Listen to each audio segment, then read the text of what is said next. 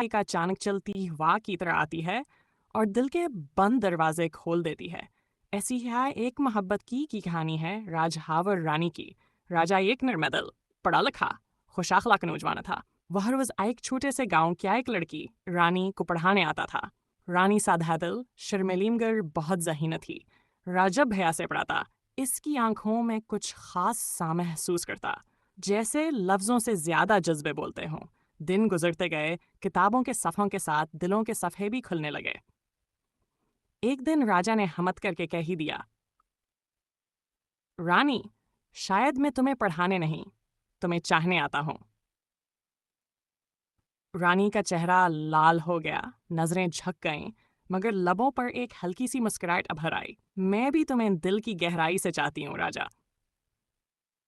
अब मोहब्बत का रिश्ता सिर्फ दिल तक नहीं रहा, उन्होंने एक साथ जिंदगी के ख्वाब देखने शुरू कर दिए। वह पहाड़ों पर गए, वादियों में घूमे, दरिया के किनारे हाथों में हाथ डाले तस्वीरें बनाएं। हर लम्हा एक कहानी बन गया।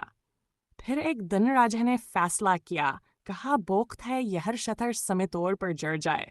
वह रानी के घर गया, स्कीमा के सामने झक कर अदब से बोला, आंटी, मैं रानी से मोहब्बत करता हूँ और इससे निकाह करना चाहता हूँ। क्या आप मेरा रिश्ता कबूल करेंगी? रानी की माँ ने कुछ देर खामोशी से राजा को देखा, फिर मुस्कुराकर बोले, बेटा, तुम जैसे सच्चे इंसान को बेटी देना मेरे लिए फख्र की बात है। यह सुनकर राजा की आंखों में खुशी के आंसू आ गए। शादी की तैयारियां शुरू हो गईं। रानी ने सुर्ख जोड़ा पहना, कानों में झमके, माथे पर टिका और होंठों पर शर्म भरी मुस्कुराहट। राजा भी शहजादों की तरह लग रहा था, सुनहरे शेरवानी में, आंखों में चमक लिए। शादी हुई, गांव में खुशी की लहर दौड़ गई।